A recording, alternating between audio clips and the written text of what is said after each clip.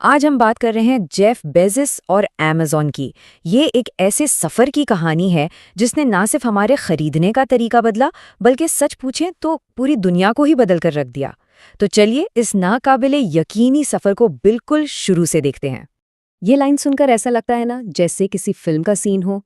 एक गोद लिया हुआ लड़का, एक पुरानी सी गाड़ी और एक ऐसा ख्वाब जो $2 ट्रिलियन की सल्तनत बन गया। ये सिर्फ एक कंपनी की कहानी नहीं है, ये उस शख्स के जुनून की कहानी है जिसने एक आइडिया के लिए अपना सब कुछ दांव पर लगा दिया।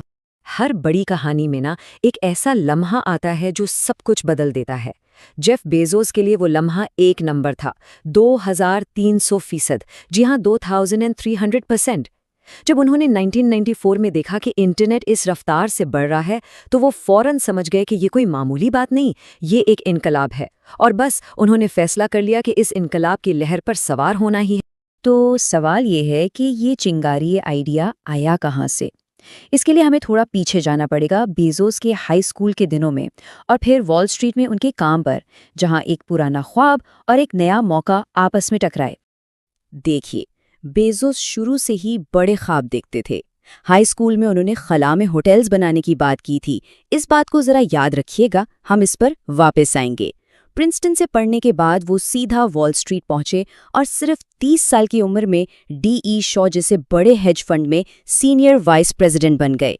लेकिन कहानी का असल मोड़ तो अभी बाकी था।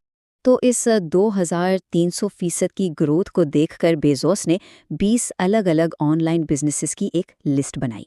लेकिन उन सब में से उन्होंने एक बज़ाहिर बहुत ही आम सी चीज़ चुनी, किताबें। अब सवाल ये था कि आखिर किताबें ही क्यों? इसका जवाब बहुत सादा और शानदार था। किताबें ऑनलाइन बिजनेस शुरू करने के लिए बिल्कुल परफेक्ट थीं, एक तरह का नुक्ता आगाज़। क्यों?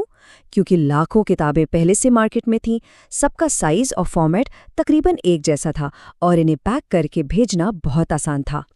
ये कोई जज्बाती फैसला नहीं था, बल्कि एक बहुत बड़ी स्ट्रैटेजी का पहला सोचा समझा कदम था। तो अब वो लम्हा आ गया था जब इस आइडिया को हकीकत में बदलना था। बेजोस ने अपनी आरामदेह लाखों डॉलर्स की नौकरी को छोड़कर एक ऐसे सफ़र पर निकलने का फैसला किया जो तारीख बदलने वाला था। जब बेजोस ने ये आइडिया अपने बॉस डेविड शाह को बताया, तो ये उनका जवाब था। जरा सोचिए, एक तरफ एक महफूज कामयाब नौकरी और दूसरी तरफ एक बिल्कुल नया नामालूम आइडिया। शाह का मशवरा अपनी जगह ठीक था, लेकिन बेजोस को एक ऐसा मुस्तकबिल नजर आ रहा था जो कोई और नहीं देख पा रहा था। और यहीं से वो मशहूर ज़माना सफ़र शुरू हुआ। बेजोस और उनकी अहलिया मैकेंजी ने सब कुछ समेटा। एक पुरानी शेवी ब्लेजर में सवार हुए और न्यूयॉर्क से सियाटल के लिए निकल पड़े।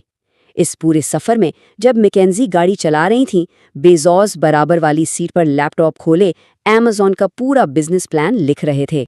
वैसे क्या आपको पता है कि अमेज़न का नाम तकरीबन कुछ और ही होता? पहला आइडिया था किडाब्रा, जैसे जादू का मंत्र, लेकिन उनके वकील को ये सुनने में किडावर यानी लाश जैसा लगा। दूसरा नाम था रिलेंटलेस यानी अनथक, और अगर आप आज भी relentless.com पर जाएं तो अमेज़न ही खुलता है। आखिर में उन्होंने अमेज़न का नाम चुना, जो दुनिया के सबसे बड़े दरिया का नाम है, और ये नाम उनके इरादों को बिल्कुल साफ जाहिर करता था। अमेज़न का शुरू से एक ही असूल था, गेट बिग फास्ट, यानी तेजी से बड़े बनो। इसका मतलब था कि रफ्तार सबसे अहम है, परफेक्शन बाद में भी आ जाएगी। हर डॉलर बचाया जाता था ताकि उसे वापस कंपनी की ग्रोथ में लगाया जा सके। ये एक बेरहम हिकमत अमली थी और उसी ने अमेज़न की पूरी सकाफत की बुनियाद रखी। अब कहानी इस मरहले में दाखिल होती है जहां अमेज़न ने ना सिर्फ .com के बहरान का मुकाबला किया, बल्कि ऐसे किल शॉट्स फायर किए जिन्होंने खेल ही बदल कर रख दिया। और फिर आया साल 2000 का .com क्रैश। अमेज़न, जो कल तक वॉल स्ट्रीट का चमकता सितारा था, अब तबाही के दहाने पर था। स्टॉक की कीमत $100 से गिरकर सिर्फ $6 रह गई। लोग इससे Amazon.bomb कहने लगे थे। ये वो लम्हा था जहां सब कुछ खत्म हो सकता था। इस बहरान से निकलने के बाद बेजोस ने अपने हमले शुरू किए। पहला किल शॉट था Amazon प्राइम। ये सिर्फ मुफ्त शिपिंग नहीं थी, ये एक नफ्सियाती जाल था। जब लोगों ने सालाना फीस अदा कर दी तो उन्होंने दूसरी जगहों पर कीमतें चेक करना ही छोड़ दिया और सिर्फ Amazon से ही खरीदना शुरू कर दिया। ये वफादारी कमाना नहीं था, इसे इंजीनियर करना था। दूसरा खेल शॉट था किंडल। बज़ाहिर ये सिर्फ एक ई रीडर था, लेकिन असल में ये किताबों की पूरी दुनिया पर कब्जा करने का एक ट्रोजन हॉर्स था। इस डिवाइस के जरिए अमेज़न ने खामोशी से कागज़ को पिक्सेल से बदल दिया और रिवायती पब्लिशिंग इंडस्ट्री की बुनियादें ही हिला दी। और फिर आया सबसे बड़ा और शायद सबसे गैर मुतवक्के किल शॉट, अमेज़न वेब सर्विसेज यानी AWS। ये सिर्फ एक अंदरूनी प्रोजेक्ट के तौर पर शुरू हुआ था, लेकिन ये अमेज़न का सबसे ज़्यादा मुनाफा बख्श हिस्सा बन गया। आज नेटफ्लिक्स से लेकर CIA तक सब AWS पर चलते हैं। अमेज़न ने सिर्फ एक ऑनलाइन स्टोर नहीं बनाया था, उन्होंने नादानिस्ता तौर पर पूरे इंटरनेट की बुनियाद ही बना डाली थी। लेकिन इस सल्तनत की तामीर एक कीमत पर हुई। अब हम कहानी के इस पहलू पर नज़र डालेंगे जहां अमेज़न के गलबे के नताइज और उससे जुड़े तनाज़ुआत पर बात होगी। आपका मार्जिन मेरा मौका है। बेज़ोस का ये मशहूर जुमला उनकी पूरी कारोबारी सोच का खुलासा है। ये सिर्फ एक नारा नहीं था, यह हर इंडस्ट्री के लिए एक धमकी थी कि अमेज़न आ रहा है और वो खेल के उसूल बदल देगा।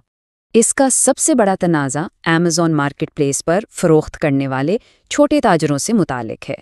उनका इल्ज़ाम है कि अमेज़न उनके सेल्स डेटा को इस्तेमाल करके उनकी सबसे कामयाब प्रोडक्ट्स की नकल बनाता है और फिर उन्हें अपने ब्रांड नाम से बेचता है। दूसरी तरफ अमेज़न का मौक़िफ़ है कि ये महज इत्तेफाक है, कोई सूची समझी हिकमत अमली नहीं। अमेज़न के इस बेमिसाल उरूज ने कई देवहीकल कंपनियों को ज़मीन पर गिरा दिया।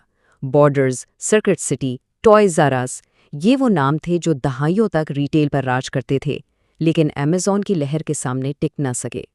कंपनी के अंदर भी सकाफत इतनी ही सख्त और डाटा पर मबनी थी। बेज़ोस ने मीटिंग्स में पावर पॉइंट पर पाबंदी लगा दी और इसकी जगह 6 सफ़हात के तफसीली मेमो को लाजमी करार दिया। उनका मशहूर कॉल था, नेक नियतें काम नहीं करती, मैकेनिज़्म काम करते हैं। और अब कहानी के आखिरी हिस्से की तरफ चलते हैं, जहां बीज़ोस खुद एक फाइनल बॉस से एक लॉन्च पैड की तरफ बढ़ते हैं। अमेज़न को 27 साल तक चलाने के बाद 2021 में बेज़ोस ने CEO का ओहदा छोड़ दिया। उनकी तवज्जो अब अमेज़न से हटकर उनके असल जुनून पर है, ब्लू ओरिजिन, उनकी खलाई कंपनी। ये बिल्कुल वैसा ही है जैसे वो हाई स्कूल का लड़का जो सितारों को देखता था, अब उन तक पहुंचने की तैयारी कर रहा है। तो आखिर में ये सवाल हमारे जहन में रह जाता है, क्या अमेज़न बेज़ोस का शाहकार था, या ये सब कुछ सिर्फ एक लॉन्च पैड था, एक ऐसी नाकाबिले यकीन मशीन जिससे उन्होंने अपने बचपन के सबसे बड़े ख्वाब को पूरा करने के लिए बनाया था, इंसानियत को खला में ले जाना। ये एक ऐसा ख्याल है जो उनकी पूरी मिरास को एक नई रोशनी में पेश करता है।